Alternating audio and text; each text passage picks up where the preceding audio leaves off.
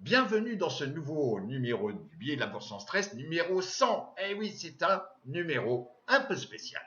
Alors, également pour vous avertir, si vous entendez en arrière-fond, soyez pas étonnés, c'est mon ventilateur parce qu'il fait une telle température et croyez-moi, je vais pas couper mon ventilateur même pour la vidéo.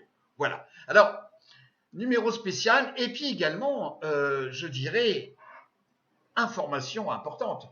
Ça fait plusieurs fois qu'on vous le dit, voilà, donc nous allons organiser à la rentrée, au mois d'octobre, une formation donc particulière donc sur les options et avec 4 coachs. Ah ouais. Donc si vous êtes intéressé, nous allons faire un webinaire de présentation. Donc envoyez-nous donc un petit email sur la bourse en stress, donc gmail, enfin @gmail.com, et puis vous recevrez donc votre petite invitation. Voilà. Alors, cette semaine ressemble étrangement un petit peu aux autres semaines. Donc, forte décote donc, du SP500. Donc, le SP500 donc, se rapproche des 3500. Ben oui, oui, le message est dit, voilà. Les taux donc, ont testé, donc TNX, ont testé donc 3,4%. Bon, c'est pas donc là on voit bien comme quoi ça tendance un petit peu à se tendre, hein, donc entre l'inflation, les taux d'intérêt, donc l'action de la Fed cette semaine d'avoir remonté de 0,75 points. Donc bon, alors donc tout ça, voilà. Alors ça met en exergue un petit peu les peurs, les doutes, etc. Mais on n'a pas encore fini bien la, la vente vraiment tac où on dépose les armes, vous voyez, pof, parce qu'il manque quand même un petit peu de volume. Alors, XLE, l'énergie retrace, eh ben oui, donc on est repassé sous la moyenne mobile 50 jours. Et puis, j'en avais parlé il y a donc 15 jours, voilà, 15 jours, donc un rebond possible sur XRT, SMH et XLY. Bon, ben, le rebond a été avorté, voilà, terminé. Donc, également le dollar index. Alors lui, il faut le suivre, le dollar index, parce qu'effectivement, c'est la seule monnaie à travers le monde qui monte. Et généralement, bah, ça veut dire aussi comme quoi le dollar, il n'est pas prêt de disparaître tout de suite. Alors le rouble russe, voilà, en bon français. Je dirais comme quoi il faut le suivre de près parce que il superforme par rapport au dollar. Donc pour ceux qui veulent investir dans le forex, ok, regardez, on verra ça tout à l'heure. Voilà. Et puis, alors le Bitcoin. Alors à un moment donné, tout le monde vous disait comme quoi on recevait plein de pubs, etc. Donc les formations crypto, les machins trucs et tout. Donc maintenant c'est fini, tout le monde est parti, tout le monde a peur, voilà. Donc les cryptos, le Bitcoin, donc pour parler de lui, aujourd'hui teste les 20 000 $. Est-ce qu'il y a un aimant qui est là en disant, viens mon ami, donc vers les 10 000, voire les 5 000 $. Je dirais probablement. Les sociétés composant le SP500 qui sont au-dessus de la moyenne mobile 50 jours. Eh bien, il n'y en a pas beaucoup, c'est 2%. Donc 2% uniquement des sociétés composant le SP500 sont au-dessus de la moyenne mobile 50D. Donc la claque, elle est bien là. Également, donc, les taux. Alors ça, je viens de l'évoquer. Donc, les taux, là, voilà, on a dépassé les 3,2%. On a testé les 3,4%, comme je vous l'ai dit.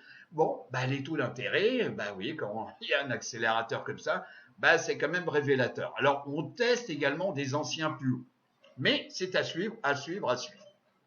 Et puis, le pétrole. Alors, on a vu que XLE donc, a retracé et est repassé sous la moyenne mobile 50 jours. Eh bien, le crude oil, donc CL1, ok.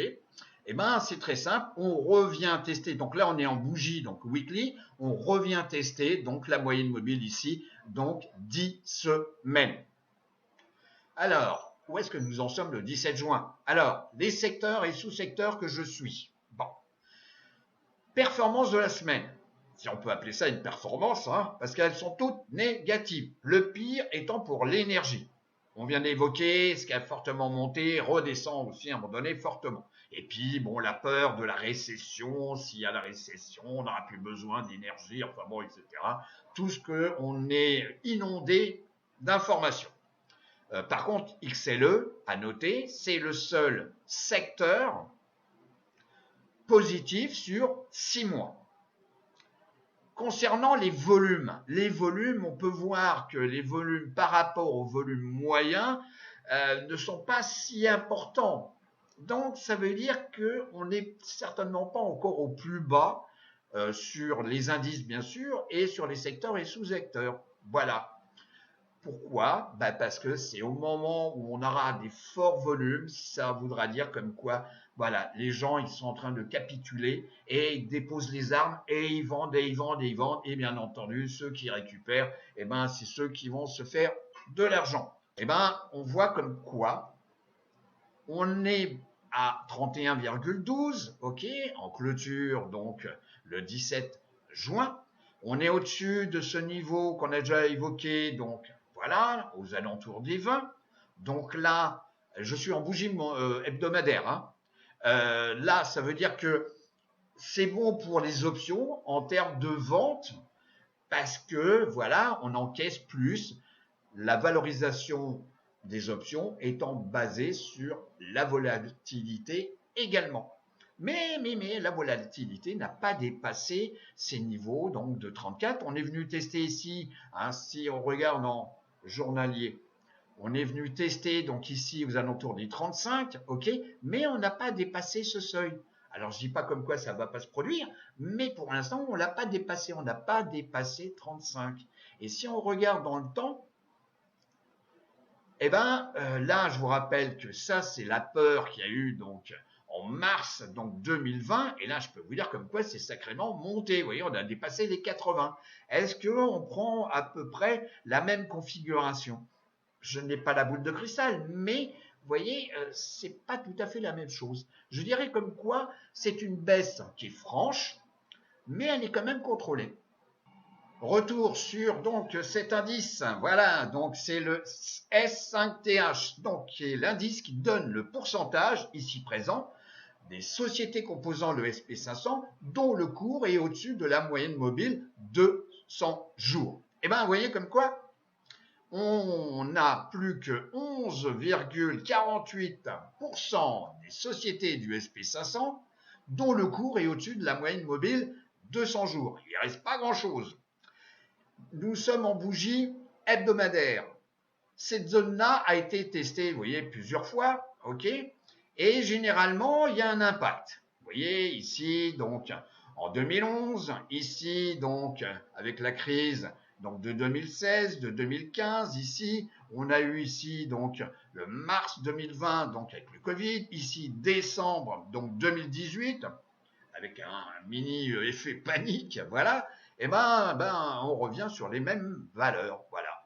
Bon, le plus bas étant ici, j'arrondis 2,5. Alors, il se peut qu'on vienne tester de nouveau, puisque là, en clôture, on a clôturé plus bas qu'ici, et on a clôturé plus bas qu'ici et ici. Alors, l'effet d'aimantation fait comme quoi on risque de revenir. On n'est pas, si vous voulez, je ne pense pas qu'on soit au bout de la baisse. Voilà, c'est mon petit message. Alors, on l'évoque souvent, donc c'est le put-call ratio. Le moment, le moment est propice, dans le sens où il y a une prépondérance des achats de put pour protection de portefeuille, ok, puisque ce sont des stop garantis quand on achète un put. Donc, si vous suivez la formation sur les options, vous apprendrez. Donc, parce que ce n'est pas le cas d'un ordre de vente stop donné par votre trader. Non, parce que si on a un gap baissier, vous allez vendre, mais pas du tout à la valeur que vous avez indiquée. Alors que l'achat d'un put, oui, c'est un contrat. Voilà. Donc là, effectivement, on a prépondérance des achats donc de put, donc protection des portefeuilles. Et on a une tendance ici donnée par la moyenne mobile, donc 50, qui est quand même haussière. Et la 200 aussi. Alors, la comparaison des 4 indices.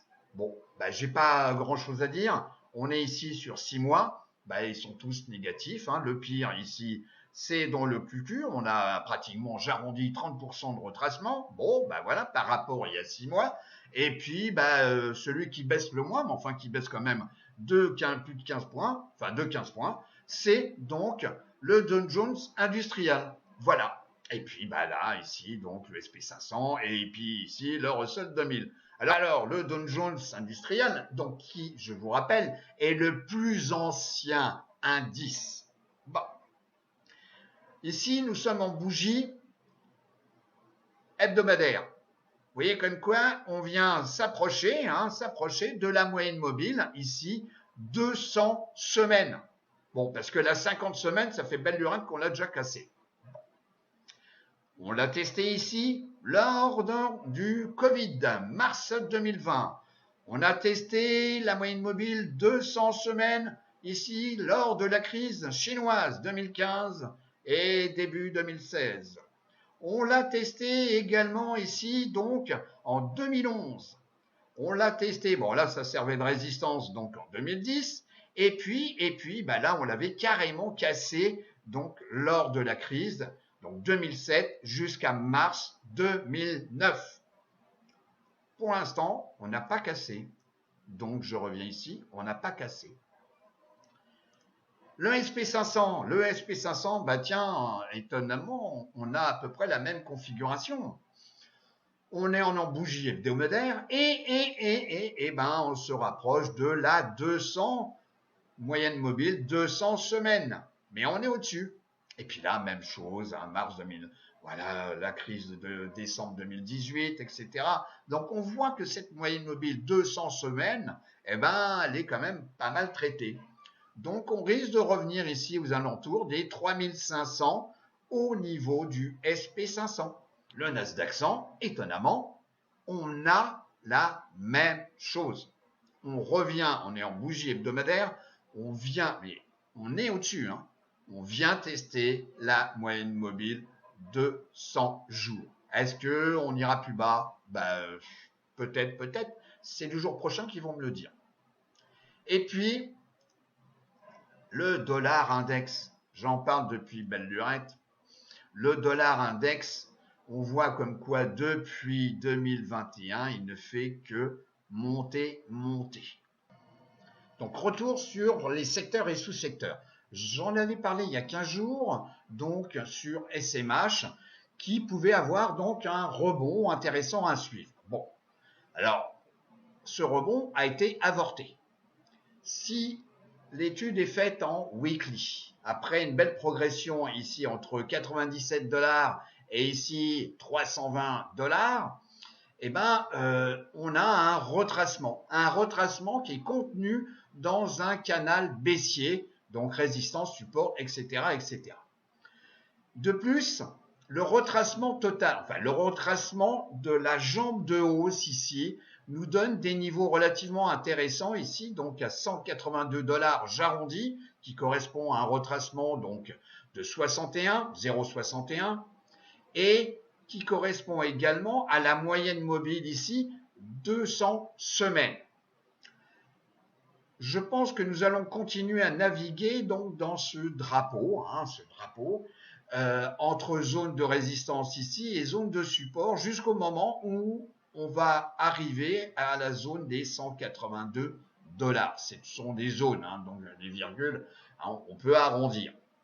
Donc SMH c'est quand même à suivre parce que vous le savez très bien, la bourse en stress, les semi-conducteurs sont hyper importants pour tout ce qui concerne donc le monde d'aujourd'hui. Alors ce numéro 100 est particulier.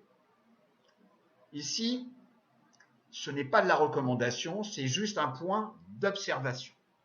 La société donc NIO, N-I-O, qui donc a une capitalisation, c'est pas une grosse, mais bon, elle a quand même une capitalisation, vous voyez ici, de 36 milliards donc de dollars.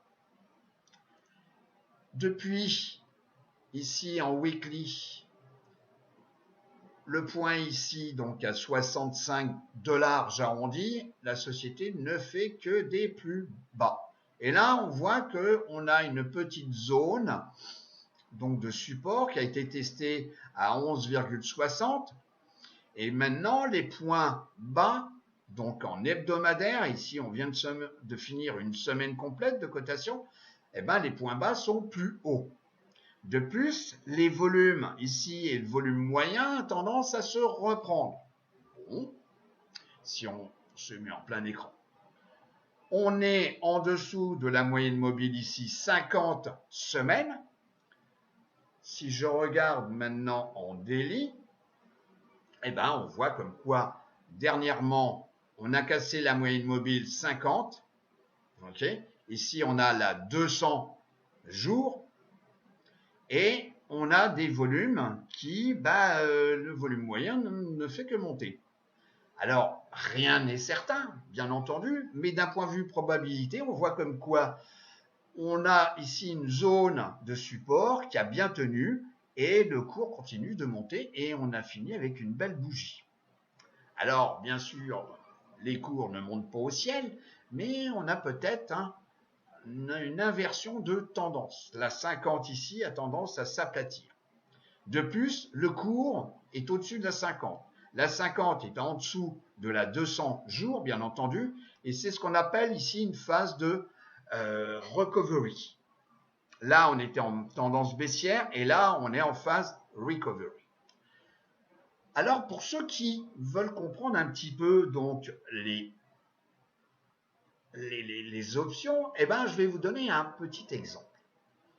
Un petit exemple de ce que nous pouvons faire. Je vois comme quoi la société NIO m'intéresse. Elle a une bonne capitalisation. Le 15 $ ici, le niveau 15 $ a été testé en zone de support et résistance. Est-ce que nous reviendrons ici? Peut-être, peut-être, peut-être. Mais les 15 $, je suis prêt à vouloir NIO en portefeuille à 15 $. Donc, si le cours continue de monter, effectivement, je ne pourrais pas, si vous voulez, si je vends des puts, par exemple, je ne risque pas d'être assigné. Si le cours stagne, je ne serai pas non plus assigné. Mais par contre, j'aurais vendu une prime. Si par contre, le cours donc revient sur 15, j'ai une grande probabilité de me faire assigner et en me faisant assigner, je vais récupérer par paquet de 100 une action de NIO à 15 $. Donc là, mon risque, si je vends une option, donc ça représente 100 shares, donc mon risque ici, c'est de décaisser 1500 $ pour acheter à 15 $. Donc ça, c'est mon choix. Donc c'est une valeur qui m'intéresse à 15 $, acheter NIO. Si on regarde la chaîne d'options, donc ici on a les calls qu'on peut acheter, vendre, et ici on a les puts qu'on peut acheter, vendre. Donc moi, ma stratégie, c'est de vendre un put. Donc là, on vend du temps. Donc là, c'est l'échéance du 19 août et je vends donc au strike 15. Et pour vendre 15, un put 15, je vais encaisser, puisque c'est des paquets de 100, je vais encaisser 81 $.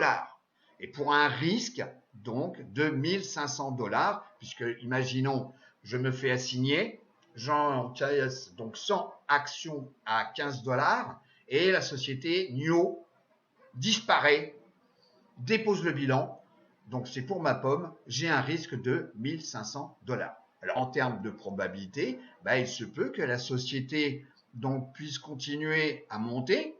Et puis en plus là, l'open interest, il est cossu et en plus il y a eu du volume traité donc le vendredi. Et là, l'open interest, donc ça c'est quelque chose qu'il faut toujours suivre. Mais ça vous le verrez pendant la formation. Alors, numéro spécial, je continue. Le rouble russe par rapport au dollar. Vous voyez comme quoi, déjà là, on a le phénomène donc du rentrée, la guerre, l'opération spéciale, etc. Donc courant donc février et puis jusqu'au point bas ici le 7 mars. Donc le rouble, donc on a pris plein la tête. Mais depuis, vous voyez, tac. La politique de Poutine fait comme quoi beaucoup d'entreprises maintenant sont obligées d'acheter le pétrole russe en rouble et ce qui mécaniquement valorise le rouble. Donc vous voyez, quand on voit ici des points hauts par rapport à l'ancien point haut, etc., c'est-à-dire que le rouble est valorisé par rapport au dollar. Alors, ce n'est pas une recommandation, ce n'est pas un avis, non, c'est simplement une observation. Si on regarde maintenant en weekly, vous voyez comme quoi on a passé ici des zones donc déjà testées ici en zone de résistance, et puis ici on est en train de tester donc de février 2018 un niveau qui est relativement important, qui est, j'arrondis, 0,018. Bon. Alors, numéro spécial.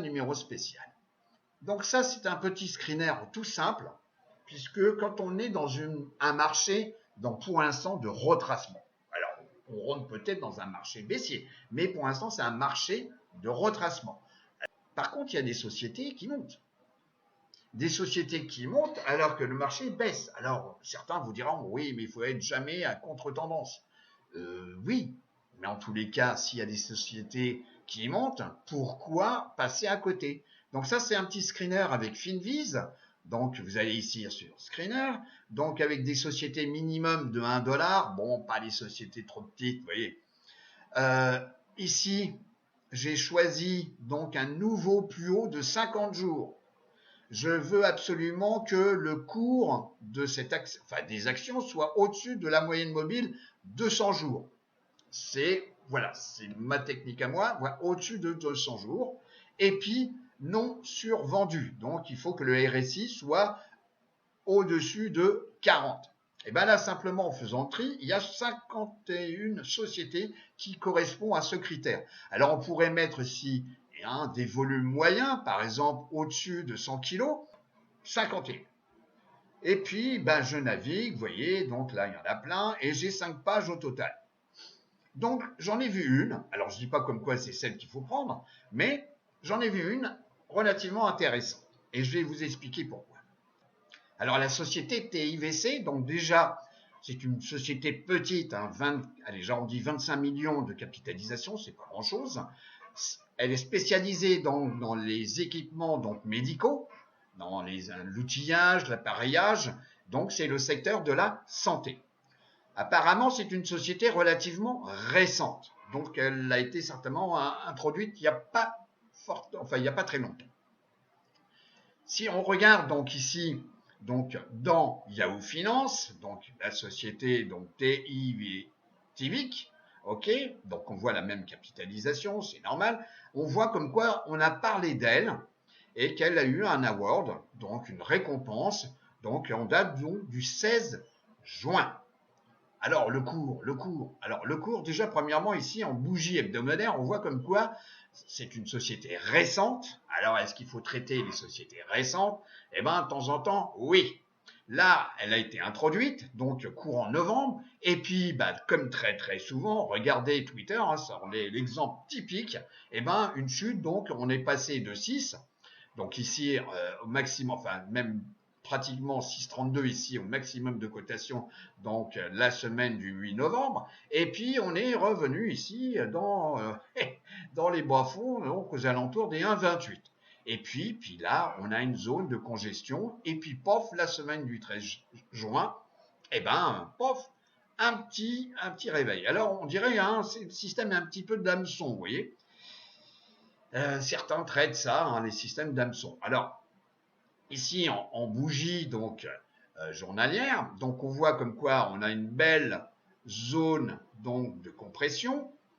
Les plus bas sont plus hauts.